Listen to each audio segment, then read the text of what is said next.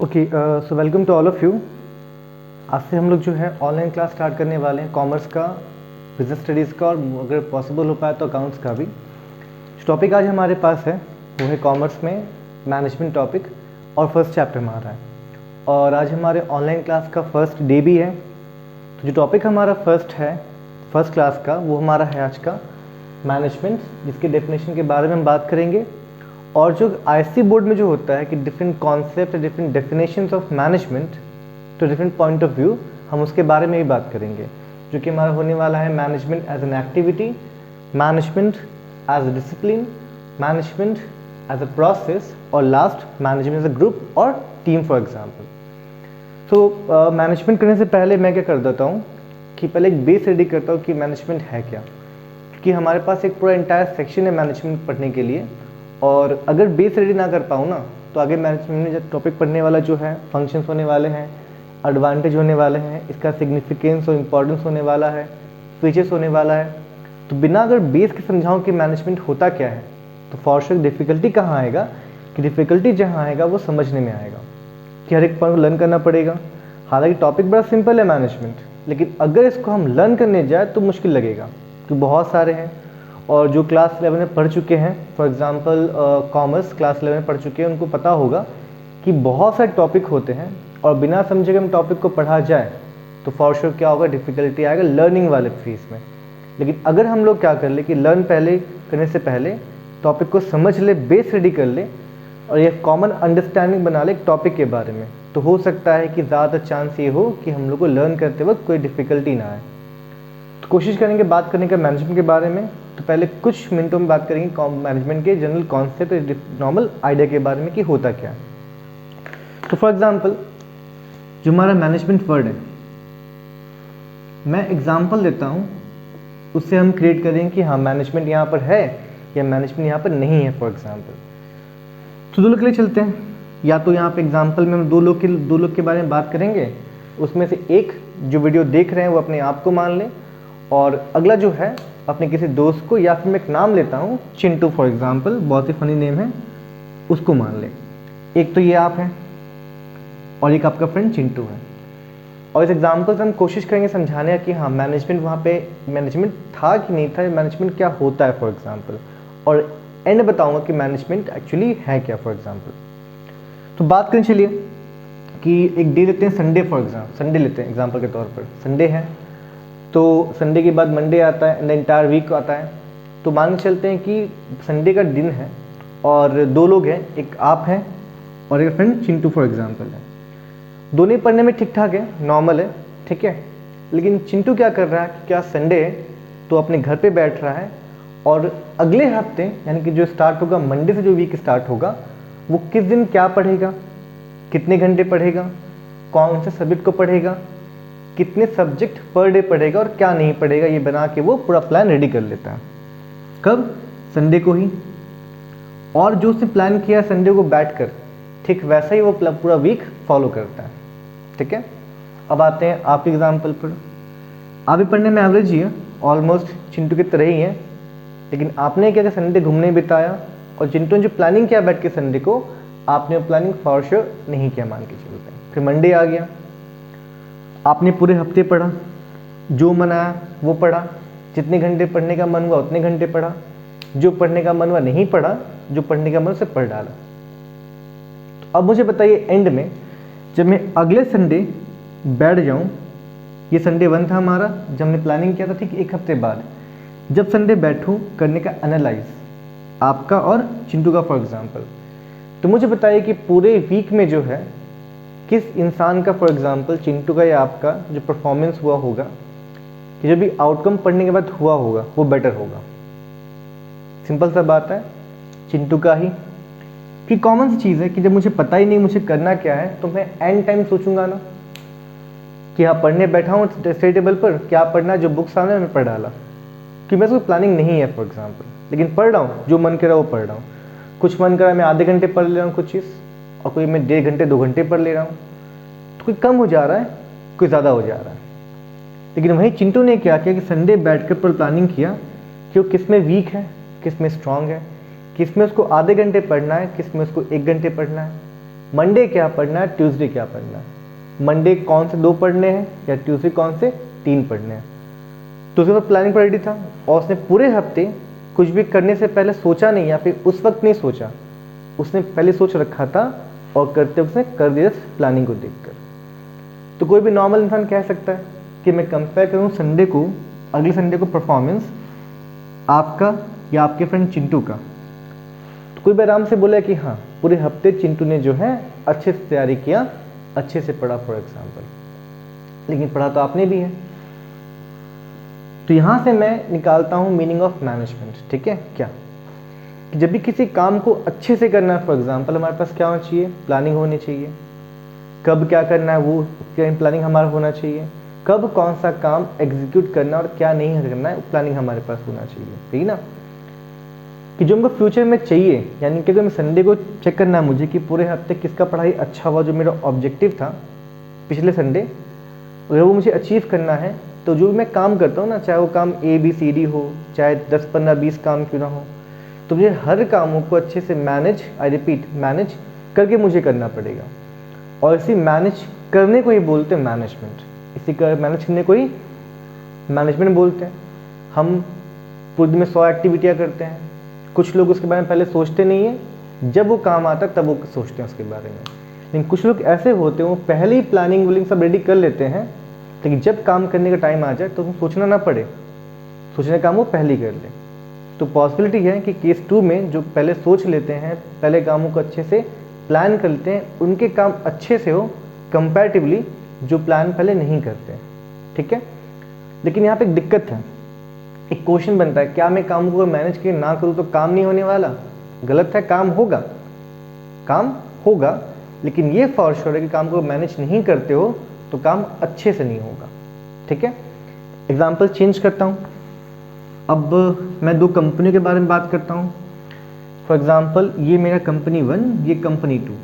तो कंपनी 1 क्या करता है, इसके पास डिफरेंट सारे ऑपरेशन होते हैं, financing operation, marketing operation, selling operations. तो कंपनी 2 ने क्या किया, एक मैनेजर हायर किया, काम सिर्फ इसका ये है मैनेजर का, मैनेजर 2 काम सिर्फ मैनेजर का इतना है, जितने भी काम है उस कंपनी 2 के सभी के बीच में कोऑर्डिनेशन स्टैब्लिश करना, काम हो रहे हैं फॉर श्योर, लेकिन कामों को अच्छे से करना, कोऑर्डिनेशन स्टैब्लिश करके कंट्रोल करना। लेकिन वहीं जो हमारा है कंपनी 1, उसने कोई मैनेजर हायर नहीं किया, जो काम जैसे तैसे चल रहा है बस। ठीक है, दोनों कंपनियां काम कर रही हैं। तो और किसी में पूछूं कि अब मुझे बताइए कि एंड में या साल के एंड में कौन सी कंपनी अच्छा प्रॉफिट कमाएगी, अच्छे रिटर्न देगी, तो फॉर श्योर का आंसर होगा क्यों, कंपनी 2। क्यों ऐसा? कंपनी 2 ने एक मैनेजर हायर किया, जैसा काम ही है जितनी भी एक्टिविटियां हैं पूरे कंपनी के उन सभी को अच्छे से मैनेज करके आगे बढ़ाना। लेकिन वहीं कंपनी 1 के बारे में बात को, यहाँ कोई मैनेजर नहीं है और यहाँ पर जिसका जो मन कर रहा है वैसे कर रहा है, जो एक्टिविटी पहले आगे जो करना है वैसे कर रहा है, कोई यहाँ पे स्टैंडर्ड नहीं है, यहाँ पे कोई तो पैटर्न नहीं है फॉर एग्जाम्पल। तो इस तरीके से मैनेजमेंट काम करता है कि मैं बात करूँ कि क्या मैनेजमेंट ज़रूरी है कामों के होने के लिए, मैं बोलूँगा नहीं, लेकिन मैं ये बोलूँगा कि कामों को अच्छे से होने के लिए मैनेजमेंट ज़रूरी है। तो वही हो गया ना, अगर मैं कॉमन से एग्जाम्पल दूँ, क्या बिना चाट मसाला के चाट बन जाएगा? फॉर श्योर बन जाएगा, लेकिन क्या टेस्ट आएगा? नहीं। चाट दोनों कैसे बन रहा है, मसाला यूज़ करने के बाद भी, मसाला यूज़ करने के नहीं भी। लेकिन जहाँ मसाला यूज़ नहीं कर रहा हूँ वहाँ पर चाट अच्छा नहीं बन रहा है फॉर एग्जांपल, और जहाँ मैं चाट मसाला यूज़ कर रहा हूँ डिज़र्ट कुछ भी खाने में, वहाँ पर वो चाट अच्छा बन रहा है। तो बस मैनेजमेंट वो मसाला है या वो स्पाइस है जो कामों को अच्छा बनाता है, और अगर किसी काम में मैनेजमेंट नहीं है तो काम होगा, लेकिन काम वो फॉर श्योर अच्छा नहीं होगा। क्लियर? हालांकि मैंने जनरल डेफिनेशन मैंने बताया, हल्का सा मैंने कॉन्सेप्ट बेसिक आइडिया बिल्डअप मैंने किया, लेकिन अब जो हम करने वाले हैं वो पढ़ने वाले मैनेजमेंट के डेफिनेशन के बारे में, जो हमें लिखना है एग्जाम में, जो हमें समझ में आना चाहिए, एक सोफिस्टिकेटेड, एक परफेक्ट आंसर होना चाहिए कि हाँ what do mean by management. So मैंने क्या कि मैनेजमेंट को डेफिनेशन ऊपर लिख लिया पहले, टाइम वेस्ट हमारा ना हो इसलिए। तो जब डिफाइन करो मैनेजमेंट, तो होता क्या मैनेजमेंट? सबसे पहले बोल दूँ, हम मैनेजमेंट में कोई एक एक्टिविटी नहीं करते हैं, बहुत सी एक्टिविटी मुझे करनी पड़ती है किसी भी कामों को मैनेज करने, क्योंकि काम बहुत सारे ना, काम क्या सिर्फ एक होते हैं? नहीं, काम हमारे n नंबर्स हो सकते हैं। तो हर एक काम के लिए हम लोग को हर एक एक्टिविटी परफॉर्म करना पड़ता है। ठीक है, कुछ हमारे जनरल एक्टिविटीज हमारे होते हैं, कुछ हमारे टिपिकल एक्टिविटीज़ होते हैं। तो यहाँ हम क्या समझेंगे कि अगर काम मेरे बहुत सारे हैं तो मेरे को क्या चाहिए, एक सेट ऑफ एक्टिविटी चाहिए, एक सेट ऑफ फंक्शन चाहिए, ठीक है। और मैनेजमेंट जो होता है उन सभी एक्टिविटीज़ के फंक्शन का एक सेट होता है, कॉम्बिनेशन हमारा होता है, ठीक है। और वो मेरे एक्टिविटीज़ होते क्या है, वो मेरे फंक्शंस होते क्या है। पहला मुझे आता है प्लानिंग। तो प्लानिंग में करते हैं किसी भी काम को मुझे करना है फ्यूचर में, तो मुझे क्या करना है, क्या चाहिए, कैसे करना है, बैठ के पहले प्लान करना पड़ता है, ठीक है। उसे कहते हैं प्लानिंग, पहला फंक्शन ऑफ मैनेजमेंट। अगला ऑर्गेनाइजिंग। जो मैंने प्लान कर लिया तो प्लान करने में मुझे कुछ रिसोर्स चाहिए होते हैं। एक तो बोलते हैं जनरल प्लानिंग कि मुझे ये चाहिए, मुझे वो करना है, ऐसे करना, वैसे करना। सेकंड, करने के लिए मुझे क्या चाहिए, तो मेरा आंसर होना चाहिए मुझे कोई भी काम परफॉर्म करने के लिए, कंप्लीट के लिए मुझे क्या चाहिए, रिसोर्स। आई रिपीट, रिसोर्स चाहिए होते हैं। रिसोर्स कैसे होते हैं मेरे, दो होते हैं। एक तो मेरे एक्टिव रिसोर्स मेरे होते हैं, एक मेरे होते हैं पैसिव रिसोर्सेस। तो पैसिव किनको हम बोलते हैं, नॉन ह्यूमन रिसोर्स को हम कहते हैं पैसिव रिसोर्स। चाहे मेरा मनी हो, चाहे लैंड मेरा हो, चाहे मेरे वो मशीनरीज हो, इनको हम बोलते हैं नॉन एक्टिव या फिर पैसिव बोलते हैं रिसोर्स हमारे। लेकिन एक्टिव में सिर्फ एक रिसोर्स हमारा आता है, ह्यूमन, जिनको हम कॉर्पोरेट वर्ल्ड में कहते हैं स्टाफ, या लेबर तो रॉन्ग हो जाएगा, स्टाफ लेके चलते, स्टाफ या एम्प्लॉय चल के चलते हैं, एम्प्लॉय हमारे, ठीक है। तो इन्हीं चीज़ों को हम ऑर्गेनाइज करते हैं, इकट्ठा करते हैं, एक्यूमुलेट करते हैं इस वाले स्टेप में, ऑर्गेनाइजिंग। किससे बेस है, प्लानिंग में। हमने पहले प्लान कर लिया क्या चाहिए, कैसे चाहिए, और प्लानिंग जो मुझे चाहिए उनके लिए क्या क्या चीज़ है और कितने रिसोर्स लगेंगे, ह्यूमन कितने लगेंगे और नॉन ह्यूमन कितने लगेंगे। और अगले स्टेप में हम क्या करते हैं, इनको अक्वायर, इनको एक्यूमुलेट, इनको हम इकट्ठा कर लेते हैं, ठीक है। और इसके बाद क्या करते हैं, स्टाफिंग। तो अब तो किसी दिक्कत हो, कोई बोलेगा कि स्टाफिंग में तो हम स्टाफ को हायर करते, नहीं, गलत बात है। स्टाफ का हायरिंग जो होता है फॉर एग्जांपल कहाँ से होगा, वो हम प्लान पहले करते हैं ऑर्गेनाइजिंग में। लेकिन राइट जॉब के लिए कौन सा बंदा राइट है, किसका क्वालिफिकेशन सही है, कौन क्या काम करेगा, ये हम करते हैं स्टाफिंग में, जहाँ पर रिक्रूटमेंट होता है, ट्रेनिंग होता है, एक किसी भी एम्प्लॉय का डेवलपमेंट होता है। कौन से स्टेप में, स्टाफिंग वाले स्टेप में। तो कहना बस सिंपल सा है कि स्टाफिंग में हम लोग क्या करते हैं कि राइट जॉब के लिए कौन सा बंदा राइट है हम लोग वो चूज़ करते हैं। मैं बोल दूं इन फंक्शंस के ऊपर एक सिंगल चैप्टर्स है, प्लानिंग के ऊपर सिंगल चैप्टर, ऑर्गेनाइजिंग के ऊपर single chapter, staffing and so on. For example वहाँ आप लोग डीप में पढ़ोगे, अभी जनरल आइडिया ले लो स्टाफिंग क्या होता है हमारा। उसके बाद डायरेक्टिंग, हमारा प्लान रेडी है, हमने चीज़ों को ऑर्गेनाइज भी कर लिया है, हमने अपने ह्यूमन रिसोर्स को रेडी भी कर लिया है जॉब अकॉर्डिंगली। अगला काम जो बचा एग्जीक्यूट करने का, काम को स्टार्ट कर देंगे, उसको बोलते हैं डायरेक्टिंग बोलते हैं, ठीक है। ये चार हमारे फंक्शंस हो गए। लेकिन इसके बाद एक फंक्शन और हमारा होता है कंट्रोलिंग। जो हमने प्लान किया कि पॉसिबल है जो प्लान करके हमने काम आगे बढ़ा हो, प्लान ठीक एग्जैक्टली वैसे ही हो, सालों साल तक कभी नहीं ऐसा होता।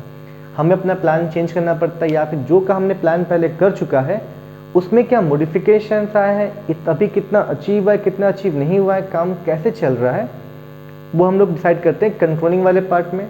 और अगर वो मेरा काम ठीक नहीं चल रहा, कामों को कंट्रोल करते हैं, यानी कि लाइन पर बैक टू ट्रैक लेकर आते हैं। अब एक ट्रेन चल रहा है फॉर एग्जांपल, तो वहाँ पे ड्राइवर क्यों चाहिए, कहीं ज़रा सा अगर अलग इधर उधर कहीं हो गया तो ड्राइवर काम क्या है, ट्रेन को आपस से बैक टू ट्रैक लेकर आना। सेम कहाँ पे कंट्रोलिंग में होता है, तो मैनेजर क्या करते हैं कि इन 4 स्टेप्स में, फर्स्ट 4 स्टेप्स में करके कामों को स्टार्ट कर देते हैं अपने प्लान के अकॉर्डिंगली। और जब काम प्लान के अकॉर्डिंग ना चले तब लास्ट वाले स्टेप में, लास्ट वाले फंक्शन में, कंट्रोलिंग में चीज़ों को कंट्रोल करते, चीज़ों को बैक ऑन ट्रैक लेकर आते हैं, एज पर प्लानिंग लेकर आते हैं वो। तो इन्हीं 5 फंक्शंस का एक सेट है मैनेजमेंट, एक सेट है मैनेजमेंट, जहाँ पर ये 5 चीज़ें होती हैं। तो कोई बोलेगा बंदे, कोई बोलेगा कि मैनेजमेंट करते क्या, मैनेजमेंट क्या होता है, बोलना है सिर्फ मैनेजमेंट सेट ऑफ एक्टिविटीज या function such as planning, organizing, staffing, control, directing and controlling. तो मैनेजमेंट में 5 चीज़ें मुझे करनी ही पड़ती हैं और इन सभी का कॉम्बिनेशन है मैनेजमेंट, ठीक है। अब अगला क्वेश्चन बनता है कि हम लोग ये चीज़ करते क्यों हैं, ये 5 एक्टिविटी परफॉर्म करते क्यों है। क्योंकि मुझे एक चाहिए अचीव करना है। क्या अचीव करना है, कुछ मेरा प्री डिटरमाइंड, यानी कि पहले से सोच लिया हुआ, पहले से समझा हुआ pre determined goals and objectives, ठीक है। फॉर एग्जाम्पल वही लेते हैं चिंटू वाला एग्जाम्पल। तो चिंटू पूरे हफ्ते अच्छे से क्यों पढ़ रहा है? ताकि हफ्ते के एंड में जितना भी उसने पढ़ा है वो पढ़ाई उसके इफेक्टिव हो जाए, उसे वो चीज़ें याद हो जाए। या कोई भी इंसान पूरे साल अच्छे से पढ़ता है क्यों, वह मैनेज कर क्यों पढ़ता है? ताकि एंड में उसके मार्क्स अच्छे से आ जाए। तो उसने क्या सोचा, पहले क्या सोचा, गुड मार्क्स या फिर गुड ग्रेड्स फॉर एग्जाम्पल। और इस को दिमाग में रखकर वो चीज़ों को प्लान, ऑर्गेनाइज, स्टाफिंग, डायरेक्टिंग और कंट्रोलिंग करता है अपने लिए। तो सिंपल एग्जाम्पल हो गया, हम कुछ भी काम करते हैं, काम कैसा करेंगे आगे डिपेंड करता है कि मैंने क्या गोल और क्या ऑब्जेक्टिव प्रीडिटरमाइंड कर रखा अपने माइंड के अंदर। हर एक हमने कॉमर्स में पढ़ा है क्लास 11 में कि हर एक ऑर्गेनाइजेशन, हर एक बिजनेस का कुछ अपना अपना ऑब्जेक्टिव या गोल्स होते ही हैं। फॉर एग्जांपल कुछ को बोलते हैं इकोनॉमिक गोल, कुछ को बोलते हैं सोशल गोल, कुछ को बोलते हैं ह्यूमन या फिर पर्सनल गोल, और कुछ हमारे होते हैं नेशनल गोल। तो हर एक बिजनेस को अचीव करना है, कोई भी 2 या सब गोल्स फॉर एग्जांपल, और इन गोल्स ही हमारे क्या आते हैं, प्रीडिटरमाइंड हमारे होते हैं। उनको दिमाग में रखकर जो मैनेजमेंट होता है ये 4 फंक्शन परफॉर्म करता है। ठीक है, तो फंक्शन क्यों करते हैं, बिकॉज हमें अचीव करना है क्या, ए प्रीडिटरमाइंड गोल्स हमें अचीव करना है। और ध्यान दीजिएगा कैसे अचीव करना है, यूं ही अचीव करना नहीं, 2 वर्ड हमारे होने वाले हैं, इफेक्टिवली अचीव करना है और एफिशिएंटली अचीव करना है। तो ये इफेक्टिवली वर्ड और एफिशिएंटली वर्ड सुनने में बड़ा सिमिलर लगते हैं, लेकिन इनका मीनिंग अलग है मैनेजमेंट के वर्ड में। एफिशिएंट वर्ड का मतलब क्या होता है कि 2 वर्ड हमारे, पहला बात करूंगा इफेक्टिव के बारे में, पहला वर्ड के बारे में इफेक्टिव के बारे में बात करूंगा। इफेक्टिव का मतलब होता है ऑन टाइम। ऑन टाइम, जो टाइम पे सामान हमें चाहिए, जो टाइम पे गोल्स हमें अचीव हो जाने चाहिए, तो मैनेजमेंट कोशिश करता है कि वो सभी चीज़ें ऑन टाइम अचीव हो जाए। जब भी ऑन टाइम के बारे में बात करते तो बोलते इफेक्टिव बोलते हैं या फिर इफेक्टिवली बोलते हैं उनको। तो इस वाले केस में मैनेजमेंट क्या करता है, ध्यान नहीं देता कितने पैसे खर्च हो रहे हैं, क्या हो रहा है, लेकिन मुझे काम चाहिए, ऑन टाइम चाहिए। ठीक है, सेकेंड एफिशिएंटली भी चाहिए। यहां हम बात करते हैं कॉस्ट के ऊपर, कॉस्ट मिनिमाइज होना चाहिए। तो किसी भी काम को करने के लिए कॉस्ट डिटरमाइन होता है। तो मैनेजमेंट वो काम या वो गोल्स जो है अचीव करने हैं ऑन टाइम भी और कम से कम पैसों में भी, क्या कर कर, प्लानिंग कर कर, ऑर्गेनाइजिंग कर, स्टाफिंग, डायरेक्टिंग और कंट्रोलिंग कर कर। ठीक है, तो अब अगर ये 4-5 चीज़ें मैं समअप करूँ, फॉर एग्जांपल एक डेफिनेशन बनाने की कोशिश में, तो मुझे क्या मिलेगा कि मैनेजमेंट में हम कुछ सेट ऑफ एक्टिविटी परफॉर्म करते हैं। नाम क्या उनका, प्लानिंग है पहला, अगला ऑर्गेनाइजिंग, अगला मेरा स्टाफिंग, अगला डायरेक्टिंग, लास्ट में मेरा कंट्रोलिंग होता है। और क्यों करते हैं हम लोग, क्योंकि मुझे अचीव करना है मेरे प्रीडिटरमाइंड गोल्स एंड ऑब्जेक्टिव्स, कुछ भी हो सकते हैं, इकोनॉमिकल, सोशल, नेशनल, ह्यूमन या पर्सनल फॉर एग्जांपल। और मुझे कैसे करना है गोल अचीव, इफेक्टिवली और एफिशिएंटली मुझे अचीव करना है। तो ये हमारा एक डेफिनेशन बनता है मैनेजमेंट का, जो हर जगह वाइडली एक्सेप्टेबल है कि हाँ ये तो जो डेफिनेशन है वो सभी एस्पेक्ट या सभी जो नॉलेज या थियरी होगा मैनेजमेंट का उनको वो कवर करता है, ये डेफिनेशन ऊपर वाला। ठीक है, लेकिन जो भी बच्चे आईएससी के बच्चे हैं, सीबीएसई में टॉपिक तो ये नहीं है, लेकिन आईएससी के बच्चे जो भी है उनमें टॉपिक दे दिया गया है कि मैनेजमेंट का 4 डिफरेंट कॉन्सेप्ट। ठीक है, तो जो भी हमारे स्कॉलर्स थे मैनेजमेंट के, बड़े बड़े स्कॉलर्स, उन्होंने क्या किया कि मैनेजमेंट को और स्पेसिफिकली जाकर और ब्रेक कर कर उसको डिफाइन किया है कि अलग अलग वे में। तो पहला बात करूं, पहला कौन सा कॉन्सेप्ट पॉइंट ऑफ व्यू है, एज एन एक्टिविटी। तो उन्होंने क्या कहा है कि मैनेजमेंट एज एन एक्टिविटी है, फॉर श्योर मैं ही मानता हूँ, सब मानेंगे। ये चारों डेफिनेशन क्या है, रिलेटिव है, प्रैक्टिकल आज के सिनेरियो में। लेकिन इनका जब मैं सिंगल सिंगल बात करता हूँ तो इनका मीनिंग हल्का हल्का चेंज हो जाता है। लेकिन मैं फिर से बोल दूँ, मैनेजमेंट चारों है। ठीक है, अलग अलग टाइम पे अलग अलग कॉन्टेक्स्ट में अगर इनको मैं लूँ तो ये बन जाता है। लेकिन एक सिंगल डेफिनेशन में बात करूँ मैनेजमेंट तो वो ऊपर रहा। ठीक है, तो अब अगर बात करूँ एज एन एक्टिविटी क्या होता है मैनेजमेंट, तो एक्टिविटी का मतलब ही क्या होता है कि एक सिंगल एक्टिविटी जो कुछ करना मुझे, तो मुझे क्या करना है, सिंपल चीज़, इंटीग्रेट करना है। इंटीग्रेट करना है डिफरेंट ह्यूमन और नॉन ह्यूमन रिसोर्स को इंटीग्रेट। अब जिन बच्चों को इन वर्ड का मतलब नहीं पता, इसका मतलब होता है कॉम्बिनेशन, एस्टैब्लिशिंग अ कॉम्बिनेशन, या हिंदी में कहते हैं जोड़ना, उनको जोड़ना या ऐड करना। तो अगर मुझे बताइए कि किसी भी ऑर्गेनाइजेशन में एक्टिव रिसोर्स जो मेरे होते हैं और जो मेरे पैसिव रिसोर्स मेरे होते हैं, अगर मैं इनके बीच में एक अच्छा कॉम्बिनेशन स्टैब्लिश ना करूँ तो क्या काम मेरा अच्छे से होगा? फॉर श्योर नहीं होगा। तो एग्जांपल लेके चलते हैं कि मेरा एक बैंक है, फॉर एग्जांपल बैंक में स्टाफ है, तो स्टाफ मेरे क्या हो गए? एक्टिव रिसोर्स हो गए। और अगर इन स्टाफ को कंप्यूटर चलाना ही नहीं आएगा या फिर मैक्सिमम स्टाफ को कंप्यूटर चलाना ही नहीं आएगा तो क्या बैंकिंग एक्टिविटीज अच्छे से परफॉर्म होगी? मैं बोलता हूँ फॉर श्योर नहीं होंगी। तो क्या करेगा मैनेजमेंट? इन दोनों एक्टिव रिसोर्स और पैसिव रिसोर्स को क्या करेगा? इंटीग्रेट करेगा, इन सभी को सिखाएगा, इन सभी को नॉलेज देगा, ट्रेन करेगा कि पैसिव रिसोर्स को यूज़ कैसे करते हैं, अच्छे से यूज़ कैसे करते हैं। इसे कहते हैं इंटीग्रेटिंग। जहाँ हमने क्या किया? एक्टिव रिसोर्स को पैसिव के संग हमने जोड़ दिया। तो बस मैनेजमेंट वही करता है कि मैनेजमेंट एज एन एक्टिव, कहते हैं कि मैनेजमेंट एज एन एक्टिविटी, तो इसे हम डिफाइन करते हैं कि एज एन इंटीग्रेटिंग फोर्स, जो क्या करता है? इंटीग्रेट कर देता है। किसको? एक्टिव रिसोर्स को पैसिव रिसोर्स से, या फिर एक्टिव रिसोर्स के अंदर ही कुछ अगर ऐसे रिसोर्स है जो जुड़े हुए नहीं हैं उनको इंटीग्रेट कर देता है। तो बिफोर मैनेजमेंट एक कॉन्सेप्ट लेके चलता है कि कोई भी जो ऑब्जेक्टिव है, गोल्स और ऑब्जेक्टिव, वो कोई सिंगल पर्सन से, सिंगल रिसोर्स से कभी भी अचीव होने वाला नहीं है। वहाँ पर बहुत सारे रिसोर्स चाहिए, बहुत सारे ह्यूमन भी चाहिए, बहुत सारे नॉन ह्यूमन ही चाहिए। तो अगर किसी ऑर्गेनाइजेशन में मैं मान के चलूँ 5 हमारे एम्प्लॉयज़ हैं और अगर उनका फोर्स, या मान के चलते कि गेम चल रहा है, फुटबॉल चल रहा है, हॉकी चल रहा है, मान के चलते, ठीक है, तो कि 4 अगर अच्छे से ना खेले या सिंगल खेले, अपने लिए सिर्फ खेले, सब बॉल के पीछे भागे, कोई टीम वर्क ना करे, तो क्या मैच जीत पाएगी पूरी टीम? फर्स्ट जीत नहीं पाएगी। जिन्होंने भी एक मूवी देखा था, शाहरुख खान का मूवी था चक दे इंडिया, वो कैसे रिलेट्स, फॉर एग्जाम्पल उसमें क्या देखा है? स्टार्टिंग में जो प्लेयर्स मारते थे वो इंटीग्रेट नहीं थे, वो अपने लिए खेल रहे थे, सिंगल इंडिविजुअल प्ले कर रहे थे, तो टीम मैच नहीं जीत रही थी। तो एंड में क्या दिखाएगा उसमें कि शाहरुख खान जो भी उसका कोच रहता है फॉर एग्जांपल उस मूवी में, वो इन सभी के बीच में जैसे भी करता है मुझे नहीं पता, एक इंटीग्रेट करता है, सभी को इंटीग्रेट करता है, ठीक है। जिससे क्या होता है, ये इसके बारे में सोचते हैं, ये इसको हेल्प करती है, ये इसके बारे में सोचते हैं, ये इसको हेल्प करती है, सब आपस में एक इंटीग्रेट हो गए और आपस में ग्रुप बन गया। क्या बन गया? ग्रुप या टीम बन गया। इससे कंफ्यूज मत होइएगा आप लोग कि ग्रुप एक्टिविटी यहाँ पर अलग चल रहा है, यहाँ पर हम ग्रुप फॉर्म कर रहे हैं और यहाँ जो हमारी ग्रुप ऑलरेडी बन चुका है, लेकिन इस वाले स्टेप में एज एन एक्टिविटी में हम ग्रुप फॉर्म कर रहे हैं रिसोर्सेज को आपस में इंटीग्रेट करके जोड़ करके। अब क्या होगा बताइए?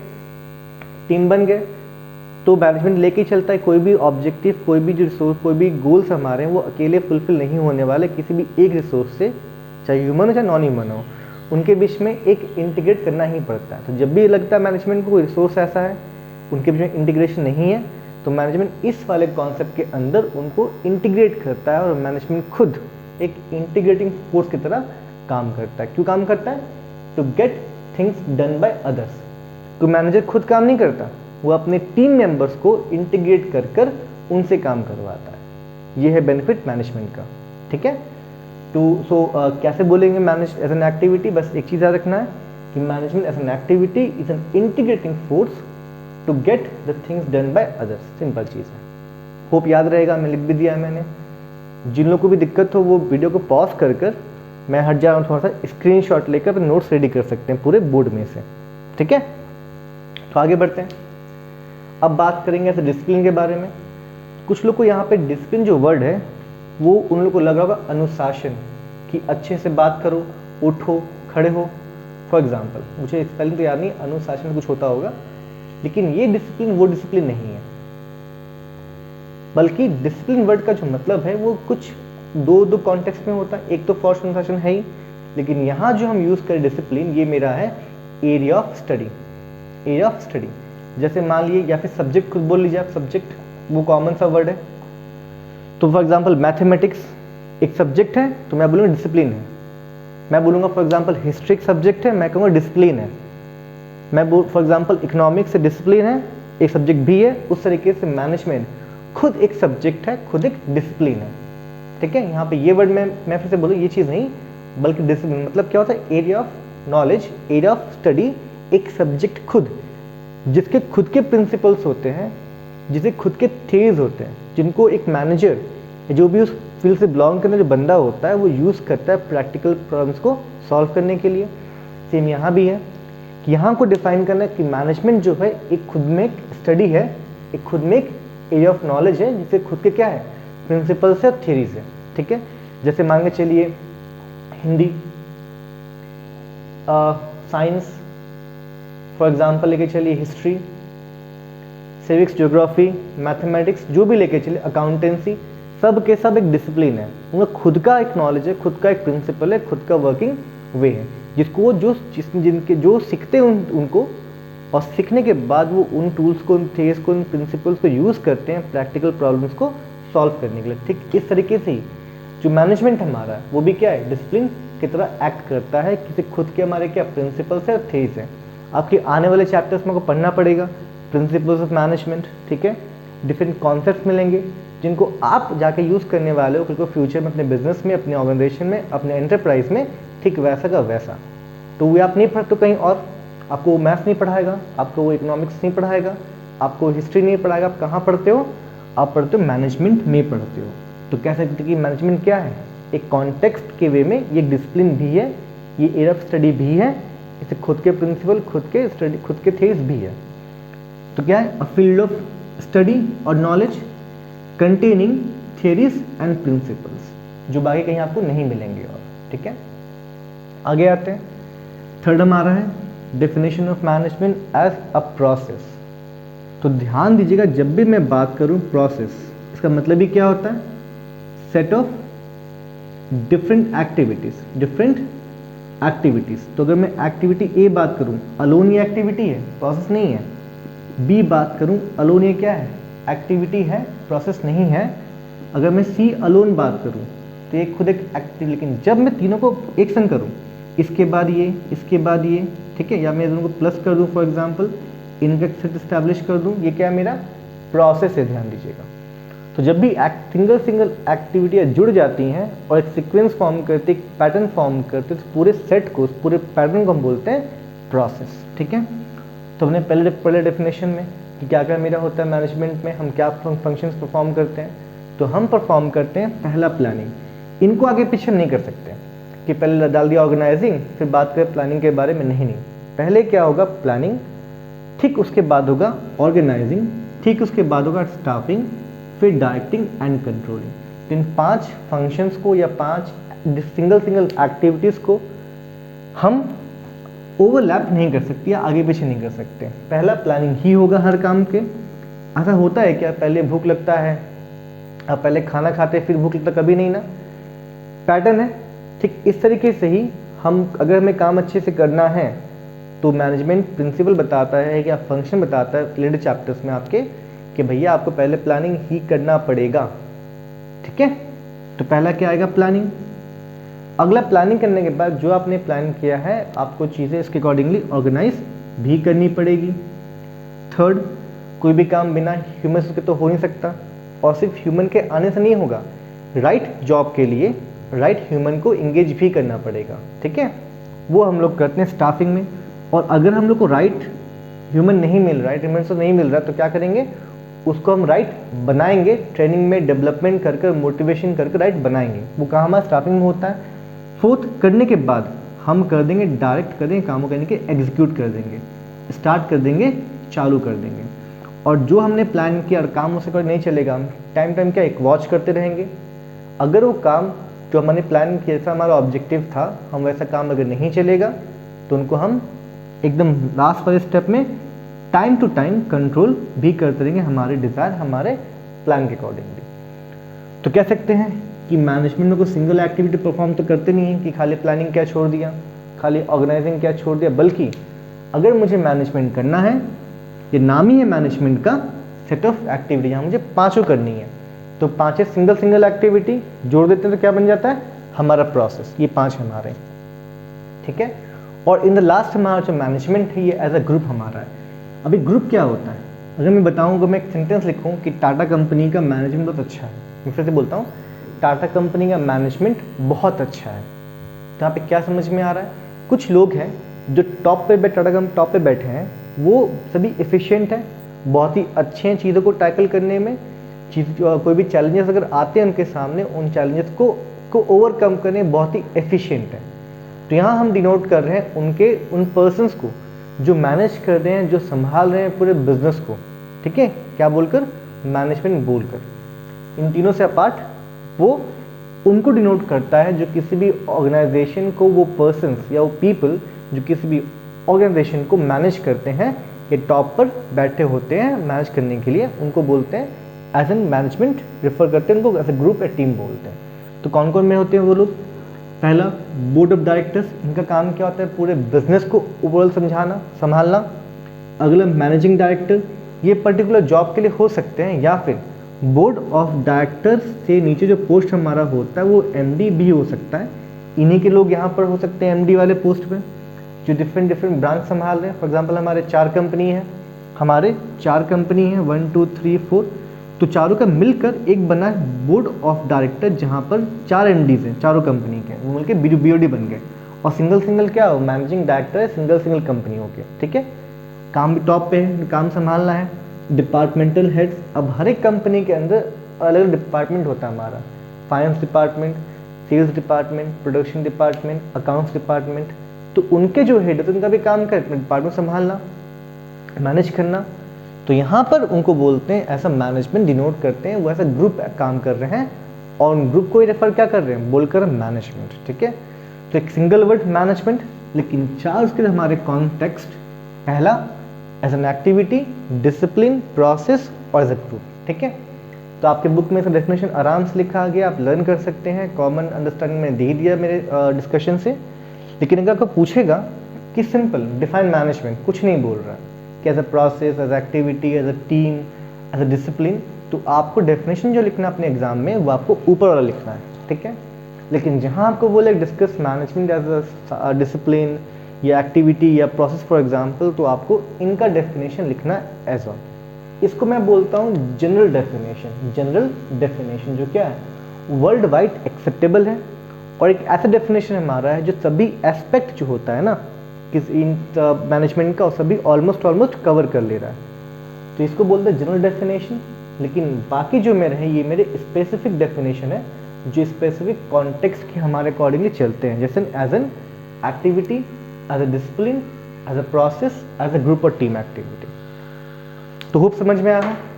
अगले क्लास में बात करेंगे मैनेजमेंट कैरेक्टरिस्टिक्स के बारे में, इंपॉर्टेंस के बारे में, सिग्निफिकेंस के बारे में। तो अगर किसी को दिक्कत डाउट हुआ हो तो अगर मैं वीडियो पोस्ट करूँगा यूट्यूब पे भी, फेसबुक पे भी और ग्रुप्स में भी, तो मुझे लोग कमेंट कर सकते हैं ताकि मैं अगले क्लास में उन डाउट्स को ले सकूँ। सो अभी सबको थैंक यू, और मैं इनका आप स्क्रीनशॉट ले सकते हैं आराम से और अपने कॉपी पे नोट्स रेडी कर सकते हैं एग्जाम के लिए, ठीक है। So as of now, bye to all of you, bye.